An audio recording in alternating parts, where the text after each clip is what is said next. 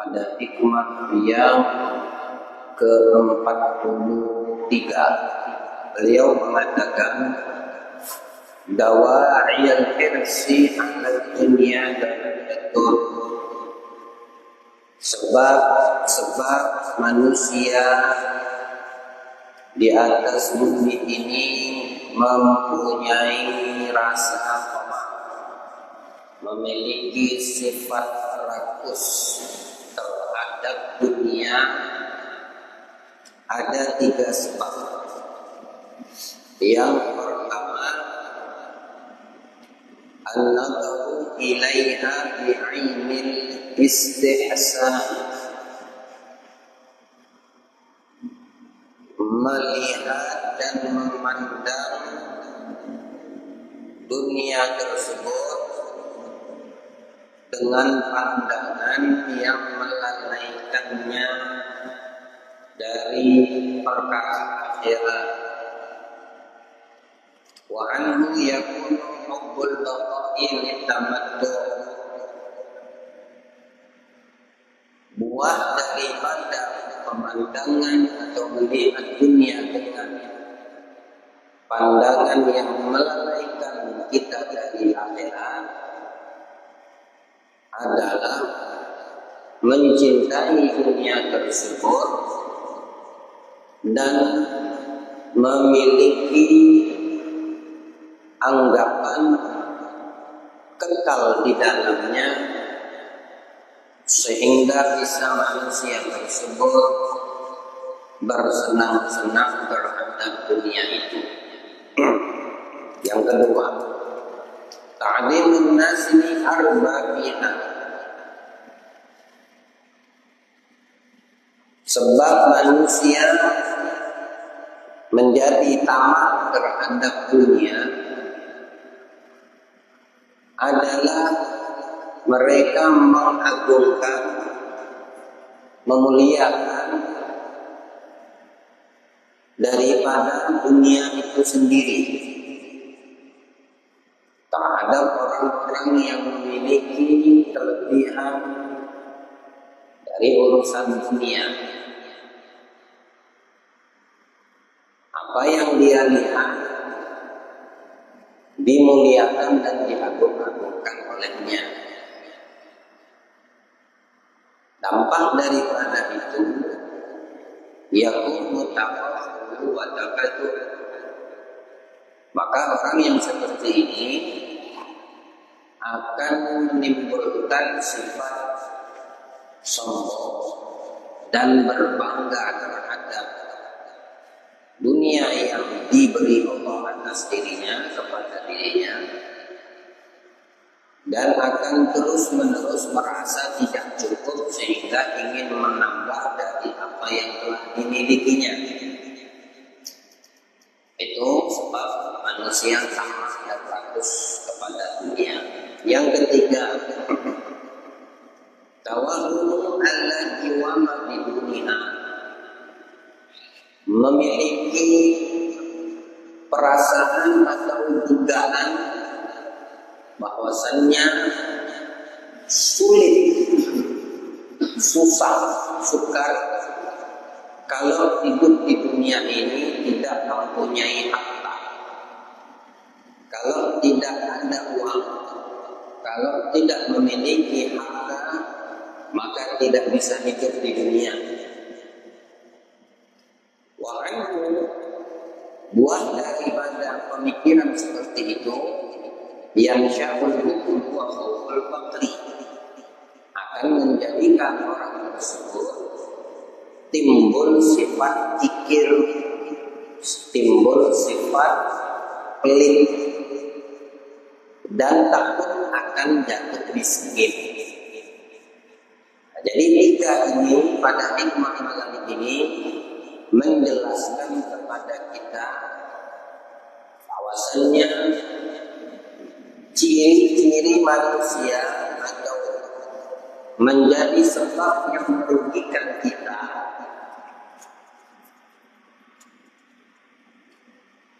karena memiliki sifat tamak, sifat rakus atau ambisi terhadap dunia. Ini 3 hikmah ini menjelaskan kepada kita supaya kita bisa mengambil pelajaran darinya, bahwasannya ambisi akan urusan dunia, baik itu berkaitan dengan harta benda, jabatan atau kedudukan, itu bisa membuat manusia tersebut merugi.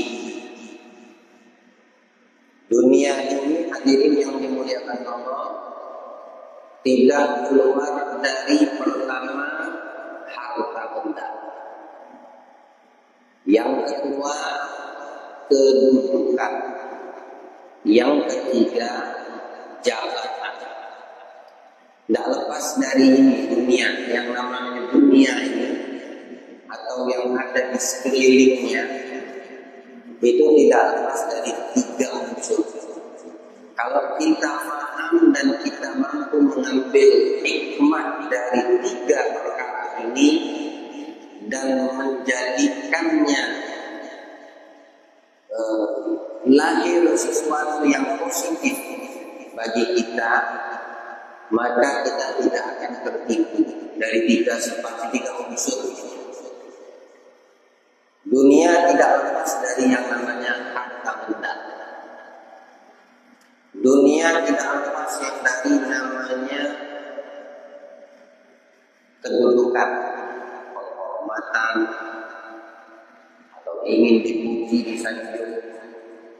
Dunia tidak lepas dari yang namanya jabatan. Nah, kalau sudah ada 3 ini kita pahami, maksudnya dipahami ini dia mengerti, maka manusia tersebut tidak akan tertipu dengan unsur yang ada di dalamnya. Yang dengan itu manusia menjadi tamak. Tamak itu rakus, ambisi. Mereka berani melakukan apapun yang penting mendapatkan yang dia inginkan dari dunia tersebut. Ada orang ingin harta kekayaan, dia berani untuk mendapatkan harta benda atau kekayaan tersebut walaupun itu melanggar hukum, walaupun itu menjadikan dia naudzubillah murtad, dia akan lakukan. Ini manusia, tapi tidak bagi orang yang beriman. Dunia itu di tengah-tengahnya ada orang yang beriman kepada Allah, ada orang yang ingkar. Tapi di dalam menyikapi antara orang beriman dengan orang kafir tidak sama.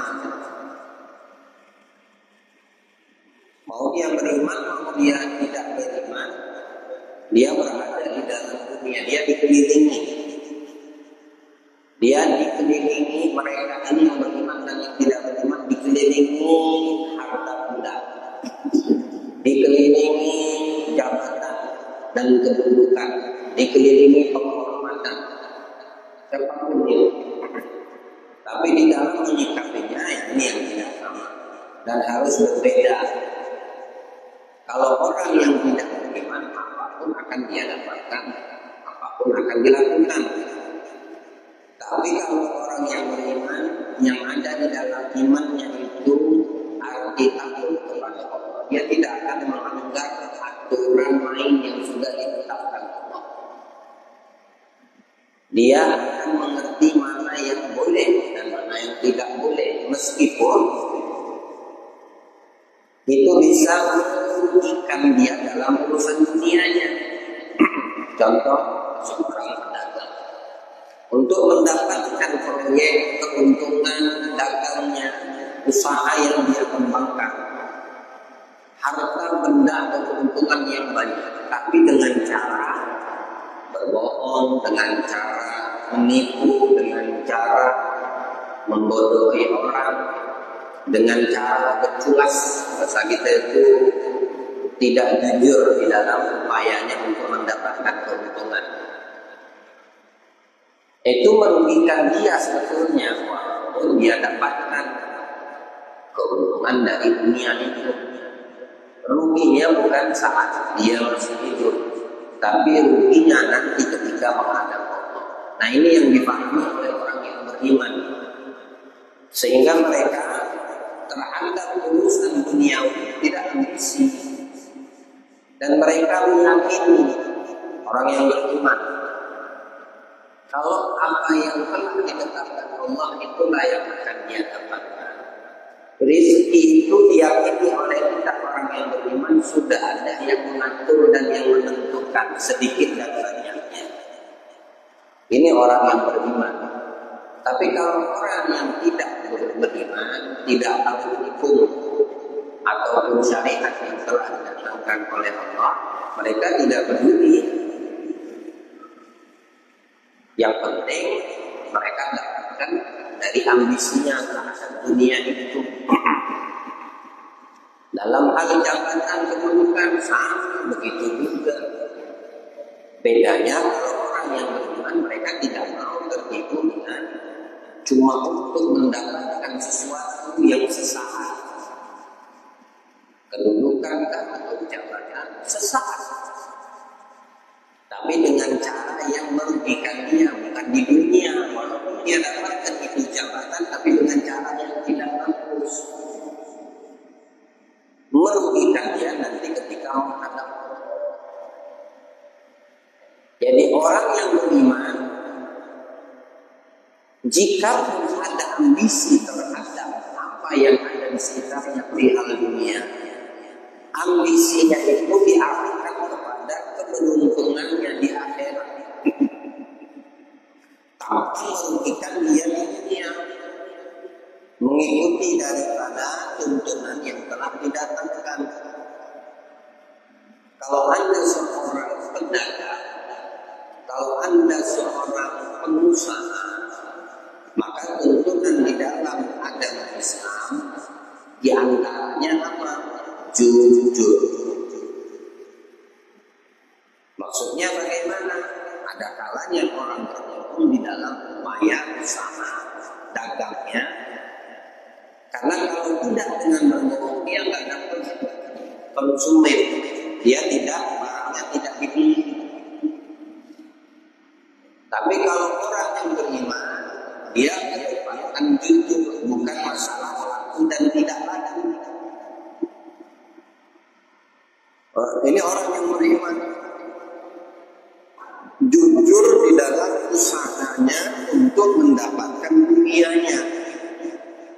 Nah, itu menguntungkan bagi dia dua sisi, dunianya beruntung, akhiratnya apalagi.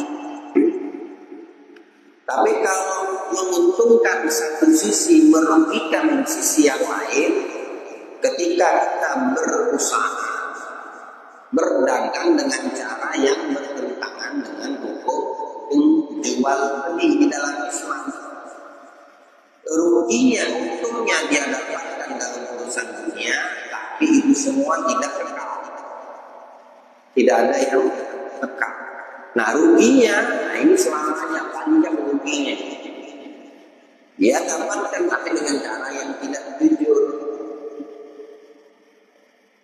Keuntungan benda dia dapatkan dengan cara tidak jujur.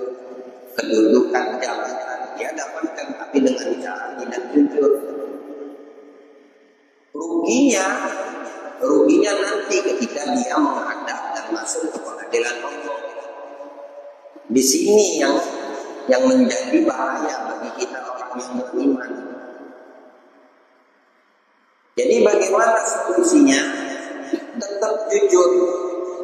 Jujur yang memberikan dan mendapatkan keuntungan, baik itu urusan dunianya atau akhiratnya. Dua-duanya menguntungkan. Begini cara orang yang beriman. Nah, untuk menciptakan jujur tersebut, mereka tidak akan bisa melakukan kalau mereka tidak mengetahui dan mempelajari, minimal bertanya, mencari tahu hukum dan ahkam. Ya, hukum dan ahkam. Ini hukumnya bagaimana? Boleh atau tidak?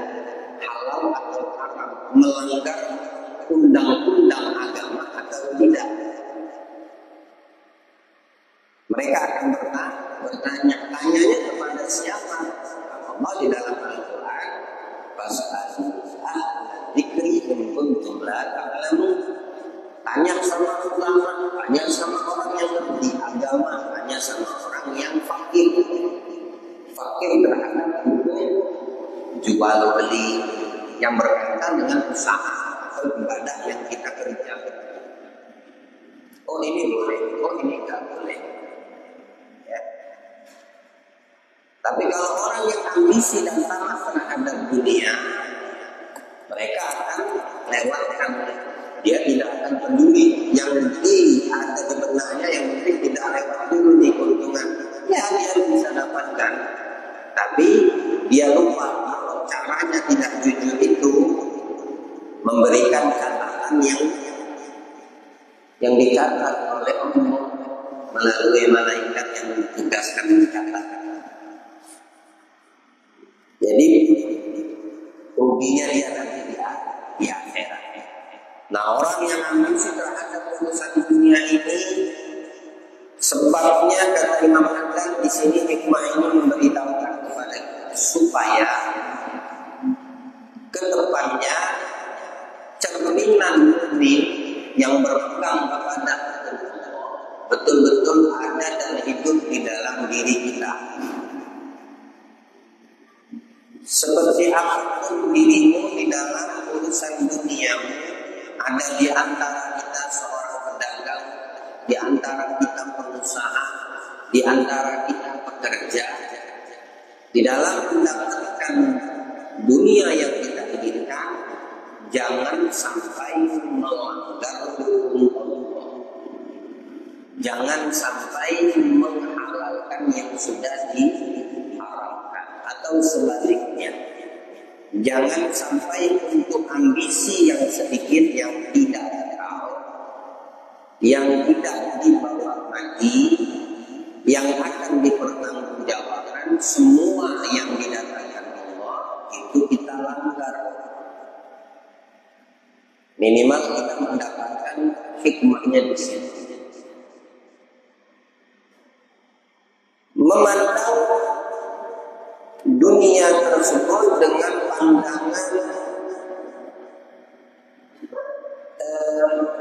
sesuatu yang sangat gimana, melihat contoh-contoh, melihat orang yang Allah berikan kekayaan. Coba saya kaya, enak betul dia. Semua dia miliki, semua dia miliki. Dia mau keliling dunia kapanpun bisa. Enaknya jadi orang yang banyak duit, banyak harta benda. Semua pandangan yang melalaikan kamu daripada akhirat itu diantara sebab manusia tersebut di dalam dirinya sudah tertanam sifat rakus terhadap dunia itu sendiri. Ada orang yang memandang dunia, tapi dia ingat kepada Allah. Dia ingat kepada akhiratnya.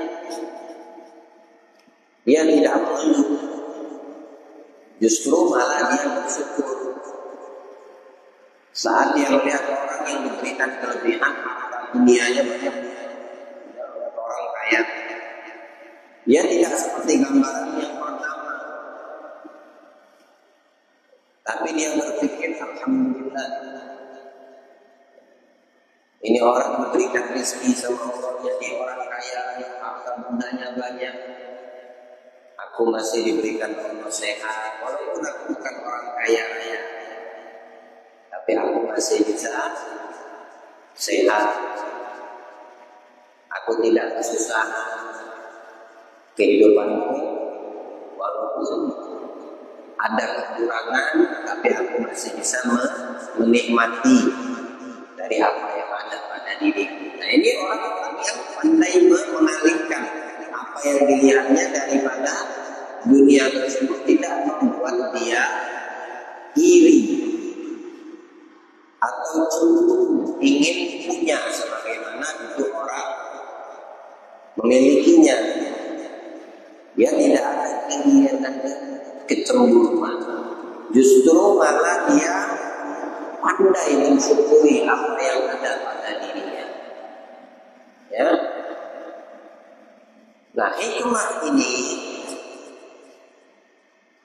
tidak lepas dari apa yang telah Allah Subhanahu wa Ta'ala di dalam Al-Quran terlebih dahulu memberitahukan kepada kita mengenai Al-Quran, supaya kita bisa mengambil pelajaran. Justru memandang daripada atau sifat tamak dan rakus akan perihal dunia itu melalaikan kita daripada akhirat kita. Allah terlebih dahulu sudah memberitahukan kepada kita di dalam Al-Quran. Ini kalau Anda buka surat Al-Kahfi, di sini Allah menceritakan gambaran orang yang beriman dengan orang yang tidak beriman. Diberi sama dunia, diberi sama dunia dan kekayaan.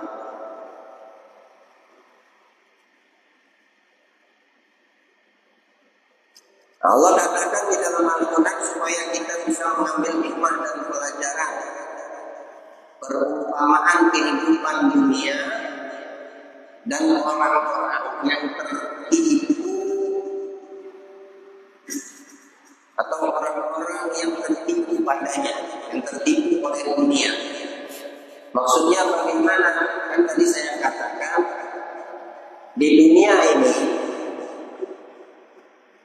manusia yang hidup di dalamnya ada dua kriteria, beriman dan tidak beriman.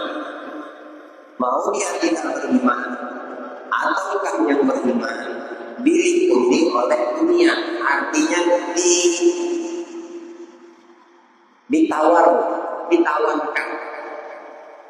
ditawarkan dunia supaya kita tertipu.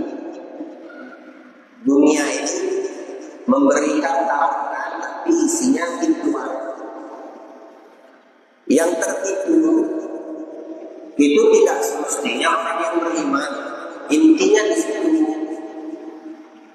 Kalau yang tertipu orang yang tidak beriman, karena wajar. Kenapa? Karena tidak iman yang tidak ada di dalam dirinya itulah yang membuat mereka itu menjadi tertipu terhadap dunia tersebut. Makanya perumpamaan dunia dan orang yang tertipu di dalam dunia tersebut, di sini Allah berikan tamsilnya. Tamsil itu contoh. Tapi contoh ini bukan hayalan, bukan tidak ada, memang ada dan memang terjadi. Ya. Apa di dalam ayatnya Allah mengatakan pada surah Al-Kahfi ayat 32. Wadrib lahum mathalan, dan berikanlah kepada mereka. Siapa mereka? Manusia. Sebuah perumpamaan. Allah memberikan perumpamaan kepada manusia, mau dia orang yang beriman atau orang kafir. Jadi Nabi Muhammad diperintahkan Allah dengan turunnya ini wahyu agar setiap umat manusia mengambil pelajarannya. Ya. Nah, ini ayat tertujukan kepada manusia secara umum semua.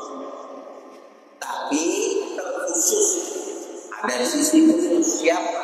Mungkin orang yang beriman. Perumpamaan ini dunia ya Allah Muhammad kasih tahu seperti ini keadaannya, gambarannya, hakikatnya.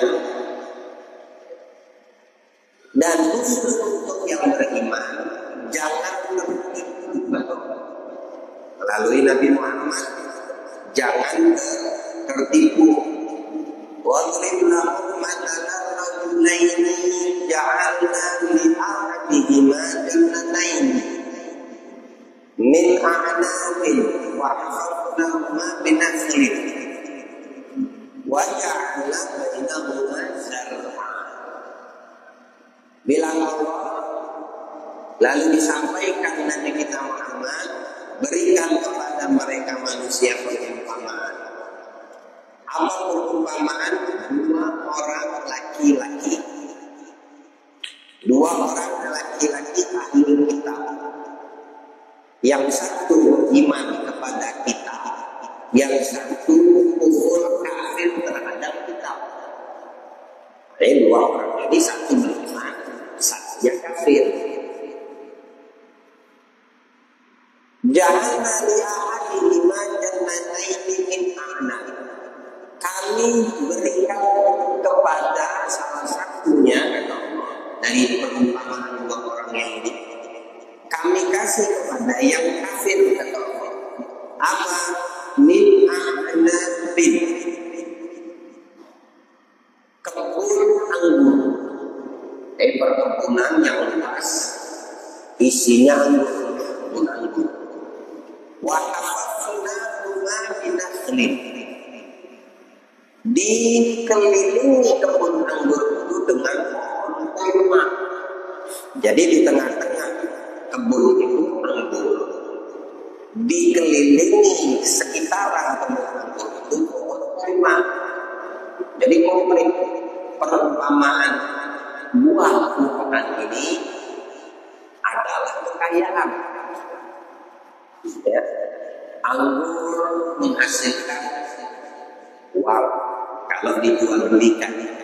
Kurma menghasilkan uang kalau dijual belikan. Pelepah kurma bisa digunakan dan menghasilkan uang. Pohonnya bisa menghasilkan uang. Artinya ini perumpamaan menghasilkan dunia. Tapi diberikan sama Allah kepada siapa? Kepada yang kafir. Wa hafafnahuma binakhlin wa ja'alna bainahuma zar'a. Bukan saja kebun anggur dikelilingi pohon kurma, tapi di antara dua kebun ini, di antara dua ladang ini, kami jadikan, kata Allah, ada ladang lagi, ada lahan lagi. Jadi anggur ada, kebun kurma ada, ladang pun diberikan bersama Allah. Kiltal jannataini, kedua ini kebun. Jannah itu surga kalau kita artikannya. Tapi kenapa dinamakan surga? Karena di dalam surga itu banyak kebun, sesuatu yang indah, yang enak dipandang mata. Kita kalau ke Jawa melihat sawah hijau dengan tingkatan-tingkatan indah, enak dipandang. Begitulah keadaan surga. Makanya jannah itu surga. Nah, perumpamaan jannah di sini di dalam Al-Quran adalah kebun. Karena di dalam surga itu banyak kebun-kebun dan sesuatu yang enak dipandang. Makanya dinamakan surga. Kiltal jannataini ada ukulalah. Kedua buah kebun itu, baik itu anggurnya atau kurmanya, menghasilkan buah. Bukan gagal panen. Kalau gagal panen rugi. Ini menghasilkan walam tadlim minhu syai'a. Dan kebun itu tidak kurang buahnya sedikit pun. Artinya baik dari kurma ataupun anggur itu tidak ada yang gagal panen. Satu biji pun tidak. Gak ada yang busuk, gak ada yang gagal. Kurmanya begitu juga, gak ada yang busuk. Jangankan satu pohon, Allah kasih perumpamaan satu biji, satu buah pun itu tidak ada yang gagal. Mau itu anggurnya, mau itu kebun kurmanya. Jadi Allah memberikan perumpamaan dunia di sini dengan kalimat surga, isinya kebun, di dalamnya kebun yang ada buah-buahan, itu tidak setengah-setengah, full, maksimal. Buktinya apa? Panennya semuanya berhasil, tanpa ada sisa atau kegagalan satu buah, satu biji buah nggak ada. Yang bagaimana Allah memberikan perumpamaannya itu tidak tanggung-tanggung, nggak tanggung-tanggung, 100% berhasil. Wa fajjarna khilalahu anhar, di tengah-tengah, di setiap kebun tadi kami pancarkan mata air. Ada kebun tapi nggak ada irigasi, yang nggak berhasil bisa gagal panen. Yang namanya sawah, yang namanya kebun mesti butuh air, mesti dialiri air. Ini namanya irigasi, pengairan. Disiapin sama Allah. Disiap di setiap celah-celah pohon, per pohon itu kami alirkan mata air. Wa fajjarna, fajjar itu artinya keluar sumber mata air, dan itu dijadikan di setiap pohon. Seumpama ada 100 pohon, berarti ada 100 sumber mata air yang mengalir. Bayangkan, tidak bakal satu pohon itu gagal, tidak bakal setiap satu pohon itu mati. Kenapa? Karena di bawah setiap pohon fajjarna khilalahu nahar, seperti sungai. Di bawah itu Allah siapin sungai, di bawah tanahnya. Jadi pohon itu tumbuh dengan bagus, menghasilkan panen yang sempurna. Saking sempurna Allah berikan perumpamaan di ayat ini, tidak ada yang gagal. Kalau kita panen buah anggur, kadang-kadang kan dari 1 hektar itu mesti ada beberapa biji yang busuk, misalnya tadi dibuang, tidak dipakai, atau dijadikan pupuk, atau dikasihkan binatang peliharaan. Ini tidak ada yang gagal, 1 biji pun tidak ada. Dikasih sempurna sama Allah urusan dunia ini. Tapi yang dikasih dari dua orang ini, yang beriman sama yang kafir, yang kafir ngasihnya nggak tanggung-tanggung, hasil panennya perfect, nggak ada yang gagal. Di setiap pohon di bawahnya mengalir sumber mata air, terjaga betul hati ke kebunnya. Wa kana lahu tamarun, dan dia mempunyai kekayaan besar.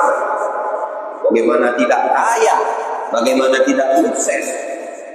Kebun kurma iya, kebun anggur iya, belum lagi dikelilingi ladang-ladang yang dia mau cocok tanam apa di situ, semuanya bakalan menghasilkan.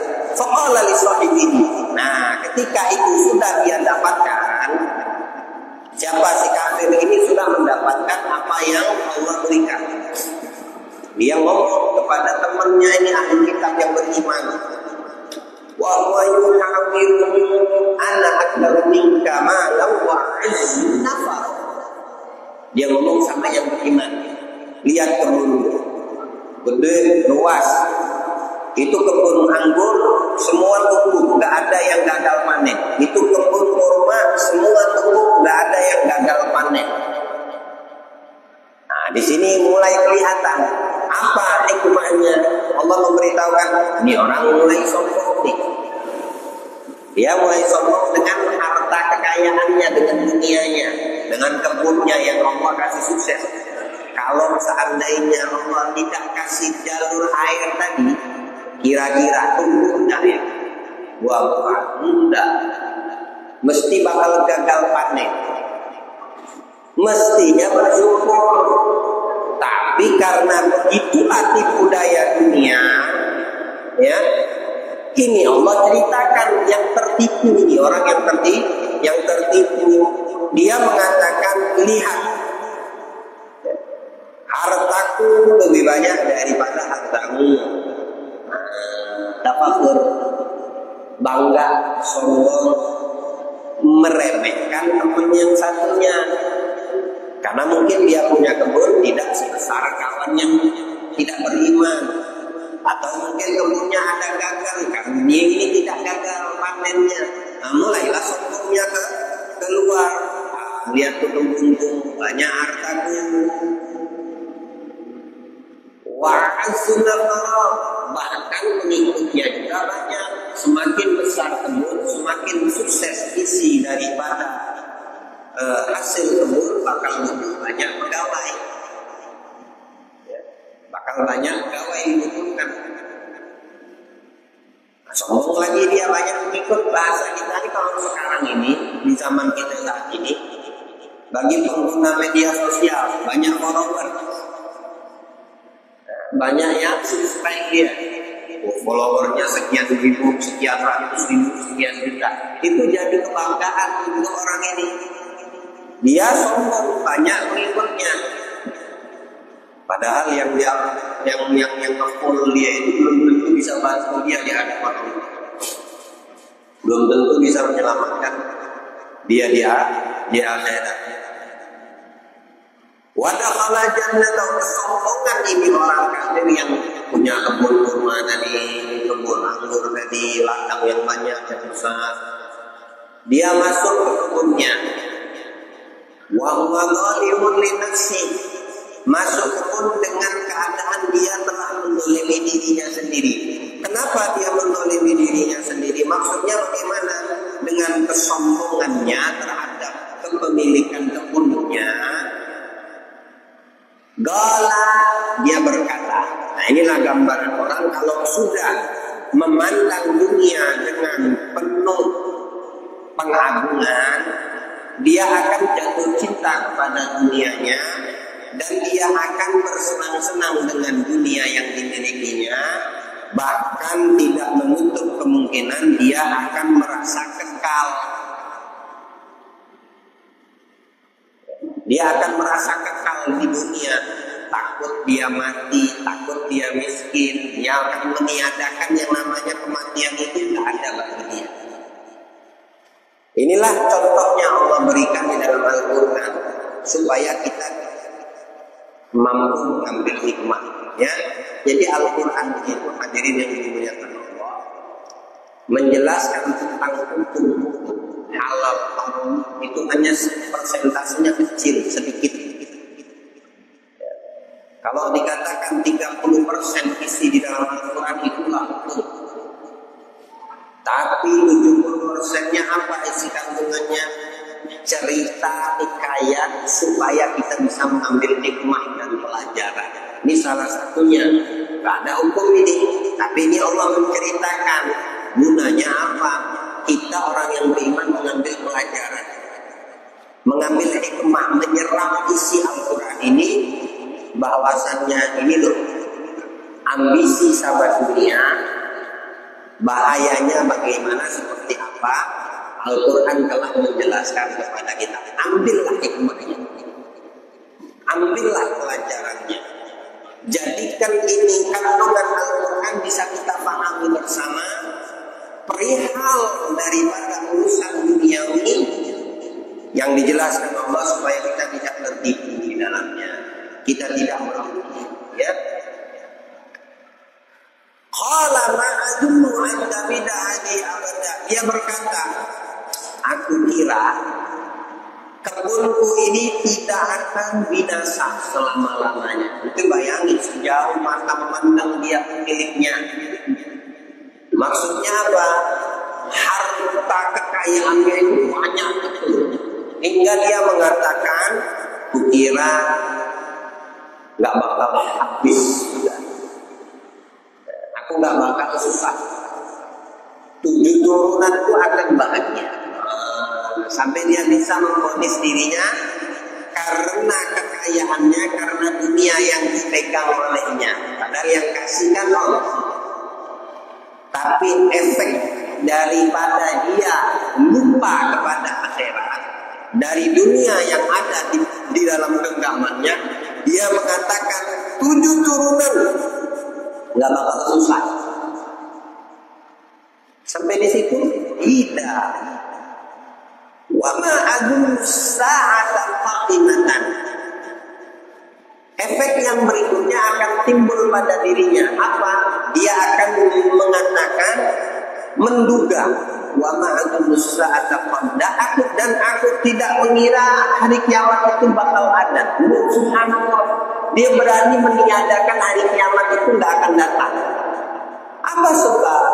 Kalau dia meyakini kiamat itu akan segera datang, dia tahu kiamat itu bakal datang, bakal ada, tapi dia tidak mau kiamat itu cepat datang. Jadi dia mengatakan pada dirinya, karena sebab apa? Takut dunianya hilang, takut harta kekayaannya diambil, takut harta kekayaannya sirna. Sehingga kiamat yang itu pasti terjadi, dia berani menunda untuk terjadi. Wa ma adunus sa'ah, dan aku kira kiamat itu nggak akan datang, nggak akan ada hari kiamat. Padahal dia tahu kiamat itu ada, tapi dia mengatakan itu pada dirinya karena khawatir, cuma takut aja harta kekayaannya hilang. Nah, akhirnya dia berani menghilangkan, mengupayakan kiamat itu tidak ada. Walain itu, kalaupun kiamat datang, kalaupun kiamat itu tiba, nah ini bukan meniadakan sama sekali, ya.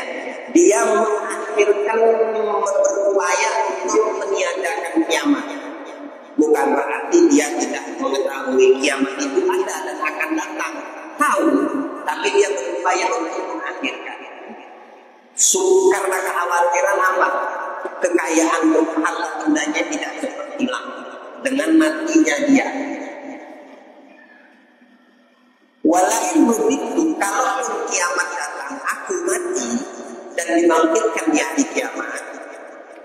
Ila Rabbi, dan aku dihadapkan ke hadapan Tuhanku, lajidanna khairan minha munqalaba, maka aku akan mendapati aku di hadapan Allah pada hari kiamat itu dalam keadaan apa?